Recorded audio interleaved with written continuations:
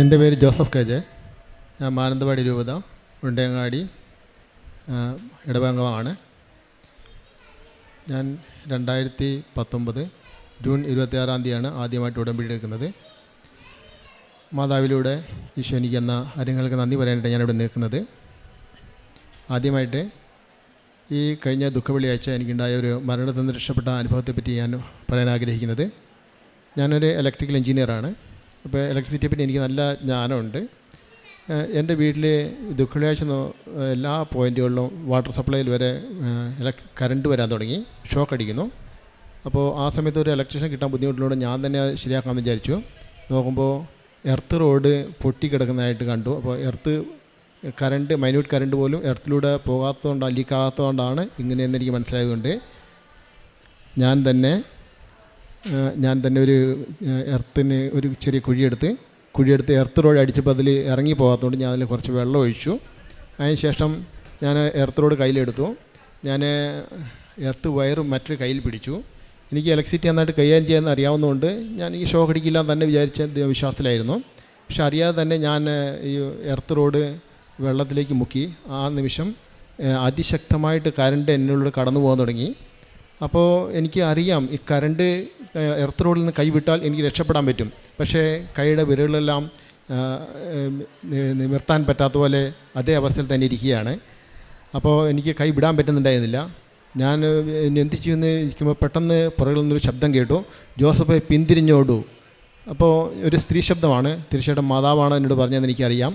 ഞാൻ ആ ശബ്ദം കേട്ട അന്നേരം തന്നെ ഞാൻ പുറകോട്ട് തിരിഞ്ഞ് ഓടിപ്പോയപ്പോൾ എൻ്റെ കയ്യിൽ നിന്ന് എർത്ത് വയർ തന്നെത്താനെ തെന്നി നീങ്ങിപ്പോയി. ആ നിമിഷം ഞാൻ കരളിൽ നിന്ന്, ഷോക്കിൽ നിന്ന് രക്ഷപ്പെട്ടു.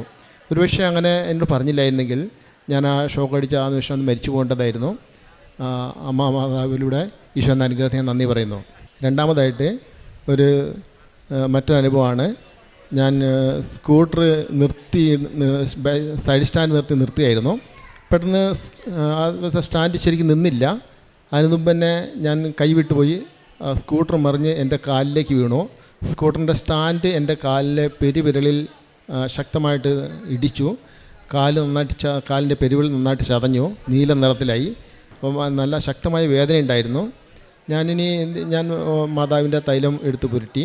അത് കഴിഞ്ഞിട്ട് പ്രാർത്ഥിക്കുക. പക്ഷേ അതിന് വേദന നിൽക്കുന്നുണ്ടായിരുന്നില്ല. വൈകുന്നേരം ആയപ്പോഴേക്കും വലത് കാലിൻ്റെ പെരുവിരലിൻ്റെ വലിപ്പം ഒരു തക്കാളിയുടെ വലിപ്പമായി, നല്ല നീല നിറത്തിലായി. ഞാൻ കിടക്കുകയായിരുന്നു. വേദനിച്ചുകൊണ്ട് ഇനി എന്ത് ചെയ്യണമെന്നറിയാതെ വിഷമിച്ച് പ്രാർത്ഥനയോട് കിടക്കുമ്പോൾ പെട്ടെന്ന് പിന്നെയും എന്നോട് ശബ്ദം പറയും, നീ ഒരു തലേനെ എടുത്ത് വെച്ച് കാല് പൊന്തിച്ച് വെക്കൂ. 2-3 പ്രാവശ്യം ഇങ്ങനെ ആവർത്തിച്ച് പറഞ്ഞു. എന്നിട്ട് പറഞ്ഞു, കാലിലെ ദുഷിച്ച രക്തം ഹൃദയത്തിലേക്ക് ഒഴുകി പോട്ടെ. അപ്പോൾ ഞാൻ പെട്ടെന്ന് ഒരു തലേനെ എടുത്ത് വെച്ചു, കാലിൻ്റെ അടിയിൽ വെച്ച് കാല് പൊന്തിച്ച് വെച്ച് കിടന്നു. ആ വേദനയോട് അങ്ങനെ ഞാൻ പ്രാർത്ഥിച്ച് കിടന്ന് ഉറങ്ങിപ്പോയി. പിറ്റേ ദിവസം നേരം വെളുക്കുമ്പോൾ എൻ്റെ കാലിൽ അങ്ങനെ ഒരു ചതവിൻ്റെയോ അല്ലെങ്കിൽ രക്തം കെട്ടിക്കിടുന്നതിൻ്റെ യാതൊരു ലക്ഷണം ഉണ്ടായിരുന്നില്ല. എനിക്ക് പരിപൂർണ്ണ സൗഖ്യം ലഭിച്ചു. അമ്മ ഈശോയുടെ നന്ദി അനുഗ്രഹത്തിന് ഞാൻ നന്ദി പറയുന്നു. മൂന്നാമതൊരു അനുഭവം എന്ന് വെച്ചാൽ, ഞാനും എൻ്റെ ഭാര്യയും കൂടി സ്കൂട്ടറിൽ യാത്ര ചെയ്യുകയായിരുന്നു. ഭാര്യയാണ് ഡ്രൈവ് ചെയ്തിരുന്നത്, ഞാൻ ബാക്കിലിരിക്കുകയായിരുന്നു. പെട്ടെന്ന് നിയന്ത്രണം വിട്ട് സ്കൂട്ടർ തെന്നിപ്പോയി, മറിഞ്ഞ് സ്കിഡ് ചെയ്ത് ദൂരത്തേക്ക് തെറിച്ചു പോയി. ഭാര്യ തെറിച്ച് അടുത്തുള്ള ചാലിലേക്ക് വീണു. പിന്നാലെ ഞാനും അതുപോലെ തന്നെ തെറിച്ച് വീണു. പക്ഷേ എനിക്ക് അനുഭവപ്പെട്ടത് എന്താണെന്ന് വെച്ചാൽ, ആരോ എന്നെ മെല്ലെ ഒരു കുഴിയിലേക്ക് എടുത്തു വെക്കും പോലെ ഒരാപത്തോ ഒരു പോറലൊന്നും പറ്റാതെ ഞങ്ങൾ 2 പേരും വീണു. അന്ന് ഉടമ്പടിയിലായിരുന്നുകൊണ്ട്, മാതാവിൻ്റെ സംരക്ഷണം ഉണ്ടായിരുന്നുകൊണ്ടാണ് ഞാൻ രക്ഷപ്പെടാൻ പറ്റിയെന്ന് വിചാരിക്കുന്നു. മാതാവിന് ഞാൻ നന്ദി പറയുന്നു. പിന്നെ ഒരു അനുഭവം എന്താണെന്ന് വെച്ചാൽ, ഞാനൊരു ഹോസ്റ്റൽ നടത്തുന്നുണ്ട്. അപ്പോൾ ആ ഹോസ്റ്റലിലെ മെയ്ഡ് അവിടെ ജോലി ചെയ്യുന്നതിൽ ഒരു തിരക്കായിരുന്നു. അപ്പോൾ ഞാൻ വിചാരിച്ചു അവരെ സഹായിക്കാമെന്ന് വിചാരിച്ചിട്ട് ചോറ് തിളപ്പിക്കാനുള്ള വെള്ളം ഒരു പാത്രത്തിൽ ഞാൻ എടുത്തു. അപ്പോൾ ആ ഗിസറിലാണ് ചൂടുണ്ടായിരുന്നത്. 75 ഡിഗ്രി സെൻറ്റിഗ്രേഡ് ചൂടുള്ള വെള്ളം ഞാൻ പാത്രത്തിൽ എടുത്തുകൊണ്ട് വന്നപ്പോൾ അത് സ്റ്റൗവിൽ വെക്കുമ്പോൾ തന്നെ എൻ്റെ കയ്യിൽ തെന്നി താഴേക്ക് വീണ് എൻ്റെ കാല് മുഴുവൻ തിളച്ച വെള്ളം വീണു. ഞാൻ ഇറങ്ങി ഓടി. അപ്പോൾ അവർ പറഞ്ഞിട്ടുണ്ടായിരുന്നു, പെട്ടെന്ന് കൊണ്ട് ഐസ് വെള്ളത്തിലേക്ക് വെക്ക്.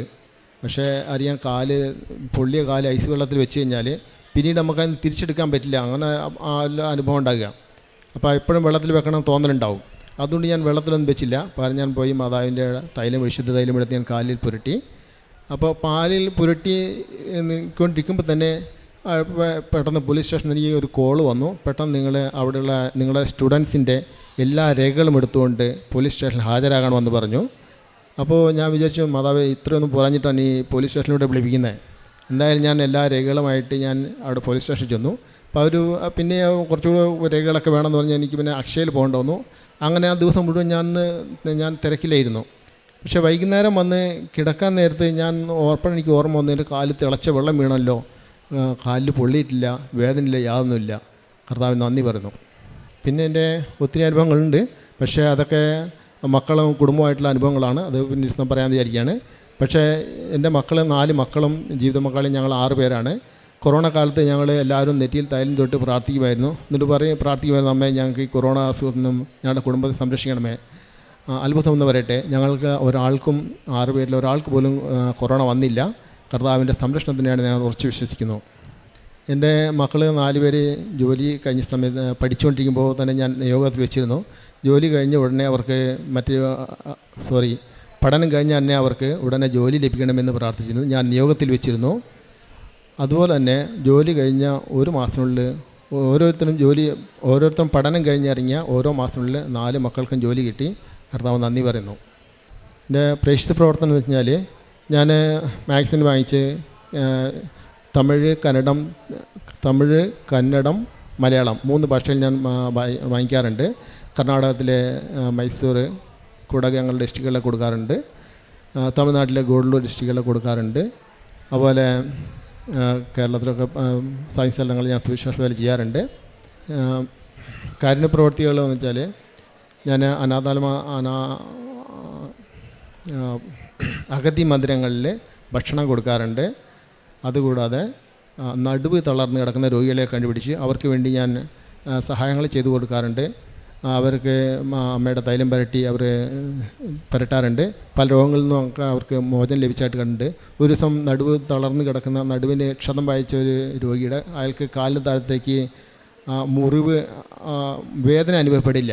അപ്പോൾ കിടക്കുമ്പോൾ അയാളുടെ കാല് എലി കരണ്ട് നിന്നിട്ട് പോയി. എലി വന്ന് കടിച്ചു. അയാളത് അറിഞ്ഞില്ല. പിന്നെ അത് മുറിവ് ഉണങ്ങുന്നുണ്ടായിരുന്നില്ല.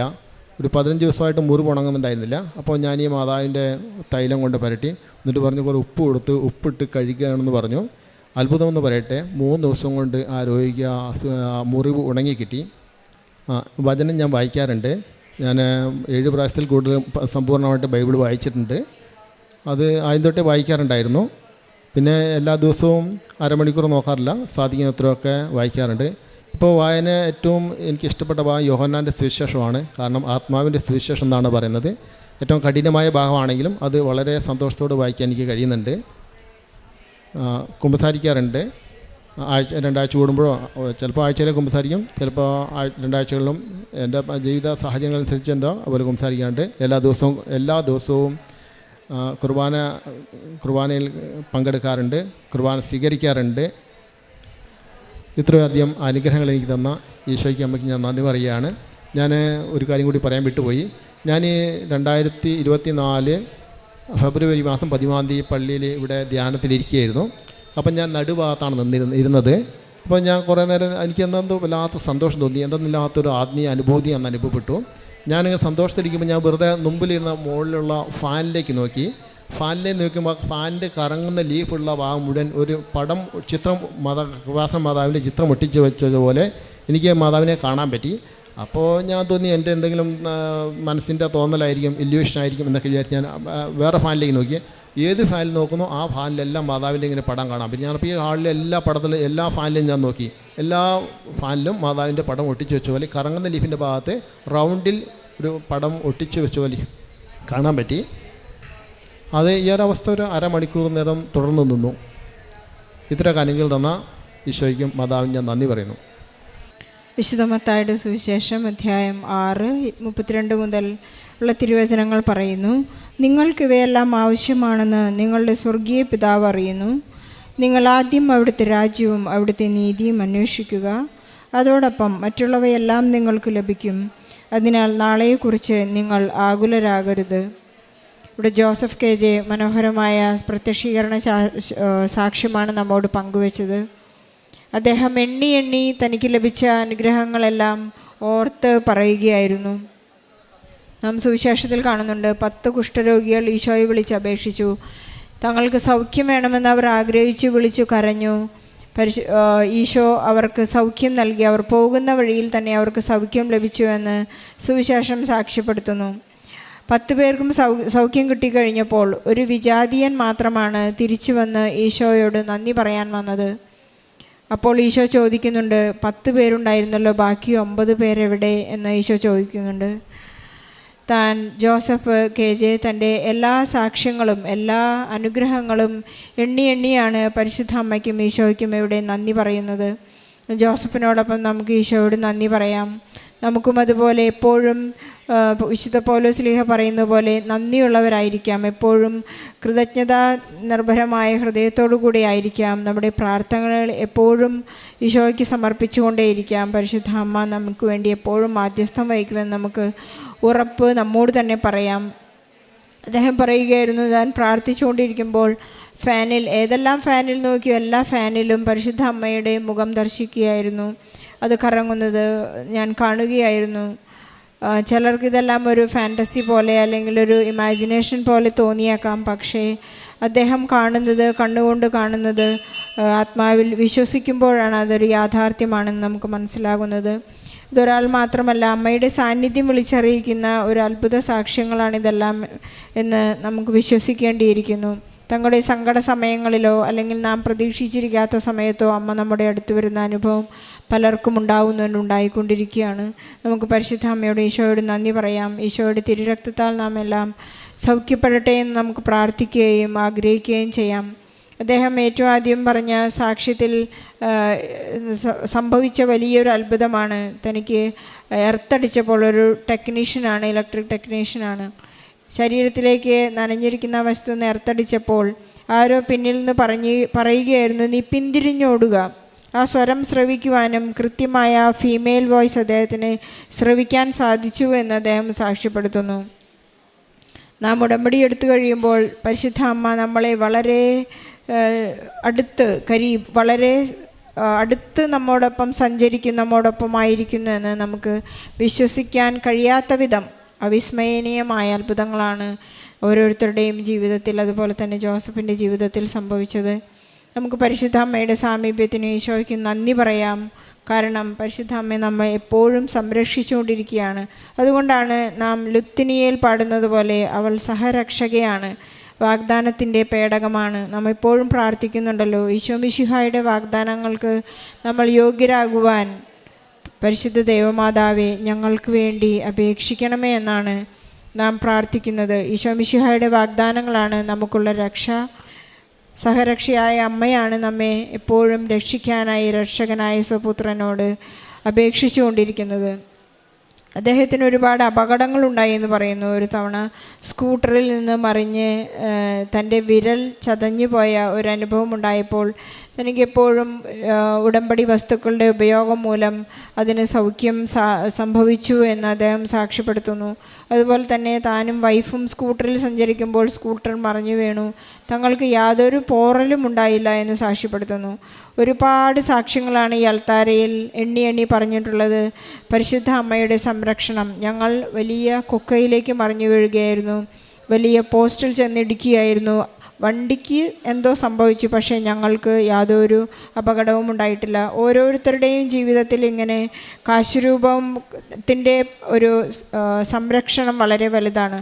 അതുകൊണ്ടാണ് എബ്രോഡിൽ നിന്ന് ഓൺലൈൻ ഉടമ്പടി എടുത്ത് ഇവിടെ വരുന്നവരോട് ഉടമ്പടി, ഓഫ്ലൈൻ ഉടമ്പടി, തീർത്ഥാടക ഉടമ്പടി എടുക്കുവാൻ നാം റിക്വസ്റ്റ് ചെയ്യുന്നത് അതുകൊണ്ടാണ്. കാശുരൂപത്തിൻ്റെ സംരക്ഷണം, അല്ലെങ്കിൽ നിങ്ങളുടെ വാഹനത്തിലോ നിങ്ങളുടെ കുടുംബത്തിലോ ഒരു കൃപാസനം പത്രമുണ്ടെങ്കിൽ അതിൻ്റെ സംരക്ഷണം വളരെ വലുതാണെന്ന് നാം തിരിച്ചറിയുന്ന ഓരോ സാക്ഷ്യങ്ങളും നമ്മെ ഓർമ്മിപ്പിക്കുന്നുണ്ട്. നമുക്കെപ്പോഴും വിശ്വസ്തരായിരിക്കാം. ജോസഫ് അച്ഛൻ പറയുന്ന പോലെ നമുക്ക് നമ്മുടെ ഉടമ്പടി വസ്തുക്കളെ നമുക്ക് എപ്പോഴും ആക്ടിവേറ്റ് ചെയ്യാം. ആക്ടിവേറ്റ് ചെയ്യുക എന്ന് പറയുമ്പോൾ അത് വീട്ടിൽ വെച്ചതുകൊണ്ട് അത് ആക്ടിവേറ്റ് ആവുകയില്ല, അത് പ്രവർത്തനനിരതമാവുകയില്ല. പ്രവർത്തനനിരതമാകണമെങ്കിൽ നാം അത് ചാർജ് ചെയ്യണം. എപ്പോഴും നമ്മുടെ പ്രാർത്ഥനയും വിശുദ്ധിയും മൂലം അത് ചാർജ് ചെയ്തെങ്കിൽ മാത്രമേ കാശുരൂപമോ ഉപ്പും തൈലവും ഒക്കെ അത് ആക്ടിവേഷൻ നടക്കുകയുള്ളൂ എന്ന് നമുക്കറിയാം. നമുക്ക് പരിശുദ്ധ അമ്മയ്ക്ക് നന്ദി പറയാം. അതുപോലെ ഇദ്ദേഹത്തിൻ്റെ ഒരു വലിയ സാക്ഷ്യമായ വളരെ തിളച്ച വെള്ളം അദ്ദേഹത്തിൻ്റെ ശരീരത്തിൽ വീണപ്പോൾ അപ്പോൾ തന്നെ അദ്ദേഹം തൈലം പൂശി പ്രാർത്ഥിച്ചു. അതിനെക്കുറിച്ച് മറന്നുപോയി. അതൊട്ടും തന്നെ പോള വരികയോ അല്ലെങ്കിൽ അത് ഇൻഫെക്ഷൻ വരികയോ ഉണ്ടായില്ല എന്ന് സാക്ഷ്യപ്പെടുത്തുന്നു. എണ്ണി പറഞ്ഞ എല്ലാ അനുഗ്രഹങ്ങൾക്കും എല്ലാ നന്മകൾക്കും പരിശുദ്ധ അമ്മയ്ക്ക് ഈശോയ്ക്കും വലിയൊരു കയ്യടി നൽകി സംരക്ഷണം വീണ്ടും ഉണ്ടാകട്ടെ. ഈശോ നമ്മുടെ ഹൃദയത്തിൽ വസിക്കട്ടെ എന്ന് പ്രാർത്ഥിച്ചുകൊണ്ടും നമുക്ക് ഈ സംരക്ഷണം ഈ വലിയ പ്രത്യക്ഷീകരണ സാക്ഷ്യം കയ്യടികളോടെ ഈശോയ്ക്കും പരിശുദ്ധ അമ്മയ്ക്കും സമർപ്പിക്കാം. അത്യപൂർവ ദൈവാനുഭവങ്ങൾ ഇനി നിങ്ങൾക്കും സ്വന്തം. ഈ യൂട്യൂബ് ചാനൽ ഇതുവരെ സബ്സ്ക്രൈബ് ചെയ്തിട്ടില്ലെങ്കിൽ ഇപ്പോൾ തന്നെ സബ്സ്ക്രൈബ് ചെയ്യുക. ഈ വീഡിയോ ഇപ്പോൾ തന്നെ നിങ്ങളുടെ സുഹൃത്തുക്കൾക്ക് ഷെയർ ചെയ്തുകൊണ്ട് കർത്താവിൻ്റെ പ്രേക്ഷിതരാകുക.